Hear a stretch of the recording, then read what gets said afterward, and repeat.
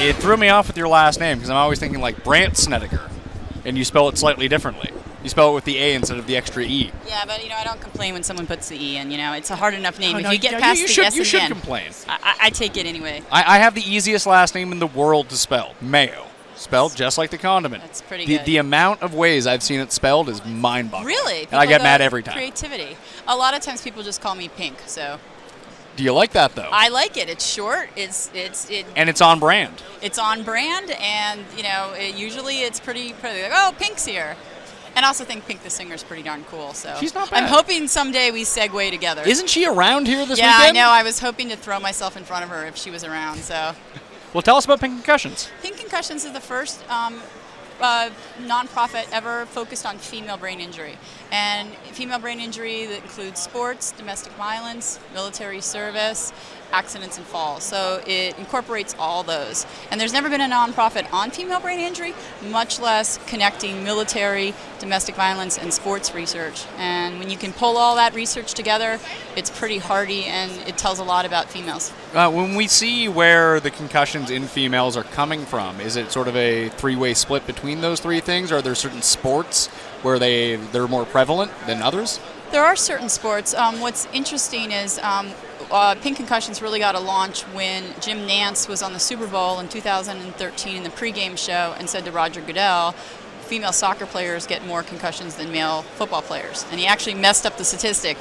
And, but it was still good to get it out there? It was still good, and I had launched Pink Concussions in that site, and I had about 2,000 Twitter followers at the time because I got called Dollar Rogers Blonde Bimbo Mom of the Week, which was great for Twitter. And so I was able to tweet out the correct study that female soccer players concuss 2 to 3 times male soccer players. So in the same sport, when you can compare rules, women concuss at a higher rate. Overall, males take more risks, do more stupid things. So I can see that. More, if you Google, jumping from roof to pool. You see very few females? Yeah, you can see 1 or 2, but it's usually a couple hundred. So and you don't see a lot of women in backyard wrestling either. Right. So overall, males have more concussions than females, and over history, researchers have said, well, there's more male concussions. We'll just study males. So we're coming back around with brain injury and doing the first research on females. So is this, just to talk about the soccer players for a second, are women soccer players suffering more concussions because of the style of game, or is it biology related? It's biology. And I believe that it's a combination of head-neck ratio, but also hormones, because where a woman is in her cycle can determine the first 2 weeks of her cycle will have a more profound recovery than in the second 2 weeks. So there's a hormones component. It has to do with progesterone. And all of these things, we want to try to look at them, look at these reasons and figure out how to help women with their suffering concussions, but also take that information and help men. And when the military studies soldiers on TBI, the group that falls out is different, is males to females. They aren't looking to look at female brain injury initially, but female soldiers fell out as recovering different. So women concuss at a higher rate than men. They also tend to have more symptoms, 3 or 4 or 5 symptoms, and men will have more than 1 to 2. Are they more visible symptoms right away? No, I think those symptoms tend to be, it's a good question, I hadn't asked that one. No, I think that all concussion symptoms tend to be, you're dependent on self-reporting. But what the women is that, most of the studies, women take longer to recover. And women do recover, they just take longer. You're really starting to panic and you have anxiety because you're not better yet. So a lot of the time I answer calls from women that say, I'm 3 months out, I'm not better, and I basically say, you're not bad, stupid, crazy, or dumb. You're concussed. You're concussed, and what if you give yourself a 6-month window? And they're like, wow, and you can hear the anxiety go down in the phone call, and it's just women aren't giving themselves a long enough runway. Now, is that because there's fewer athletic trainers watching women's sports? Is that because women don't play Madden, FIFA, first-person shooter games, and they don't understand the importance of brain injury and the way I think men do? Do women have less education about brain injury to begin with? Is it all these things? Is it all these things? Because you talk to any guy and who plays FIFA and Madden, and concussion is built into those video games, right? Yeah, I actually had never even thought about that. Right? But First-person shooter, where do you go? You go for the head, you know? But what's the equivalent in the female world? You know, are women educated, you know? And have women been educated, you know, starting in middle school on about concussions? They haven't. So are women not pulling themselves out of the game? And we know that if you play on, if you get concussed and you play on another 20, 30 minutes, you can double the length of your recovery. So if your recovery is going to be 20 to 30, like 30 days, and you keep playing in your volleyball game or your lacrosse game or your soccer game, you're now looking at, you know, like a 44 to 60 day recovery period. You know, and at some point after about 30 days, your teachers are like, where is your work? I don't care anymore, you know, and even your loved ones. About 72 hours, the jokes start. I've had over 25 concussions and been ridiculed constantly about them. I got breast cancer in 2013, and like I got 40 weeks of food. Nobody brings you casseroles for concussions. Nobody brings you presents. But in cancer, no one ever said, you know, are you sure it's not? Are you sure it's breast cancer? Are you kidding? Are you making this up? You're making this up. It's just a lump, you know. When I coach youth sports teams, you know, if you've got 30 kids on a team, if it's hockey, if it's lacrosse, you're probably going to have 1 or 2 concussions in every single youth sport. It's built in when you take over. So how can we support each other? How can you as a mom, a dad, a coach say, hey, we know we're going to get a concussion this year. How can we love that family? How can we love them up? How can we drop off food for them? How can we make that kid feel included? Because, and especially in America, and if you're in high school and you're a junior and you lose 33 days of your life, you know, it can be incredibly anxiety-provoking. You've lost your friends.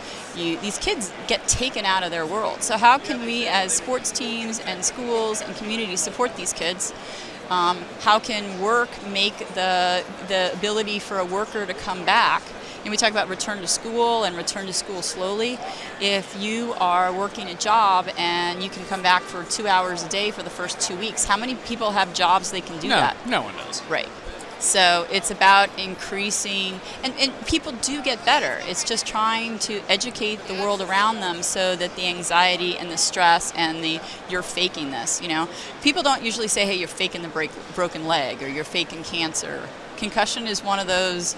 Because we can't see it. We can't see it. And also most TV plots, I don't know if you ever saw the series Lost. I did. They're literally. You can say it for another hour. We can talk about Lost. If you took away concussions out of Lost, the plot line could not. You need to knock people out for key plot lines to continue.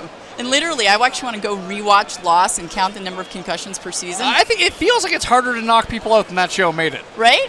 And literally, there just be a lot of like, ow. Literally, yeah. And you know, most action movies depend on, you know, if you're not gonna, if they're the ones where you're not, you know, tearing people apart with guns, you need to hit them on the head. So every day on the media we see people knocked out and jump back up. Apparently they're okay. Right. Yeah. They're in the next scene. So can you tell everyone where they can go to learn more about Pink Concussions? pinkconcussions.com, and we're on Instagram, we're on Twitter, and we're here at the Super Bowl trying to get 1,000 women to donate their brains.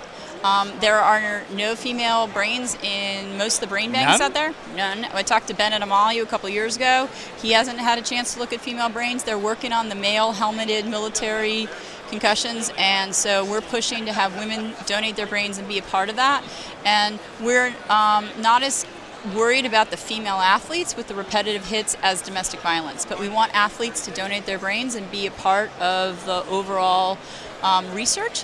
But the women that we were most concerned about are those domestic violence and that have been domestic violence as children, where you have repetitive hits, over years of time. So we want to get those people into studies so they get the care that they need, and we want overall research. There's only 2 research papers in the history of the world in the English language on female CTE, and female CTE isn't why those papers were written. It was just a It was an offshoot of doing something else. Yeah, that woman's corpse came through the morgue, and she had cauliflower ears like a fighter. And they were doing a fighter study, and they're like, wow, a woman with cauliflower ears. And they found out that she had a long history of domestic violence. So they looked at her brain because of her ears, not because of that. The other case was a woman with autism who had, her autism came out that she would beat her head repetitively, but they looked at her brain after her death because of the autism, not because of any thought of CTE.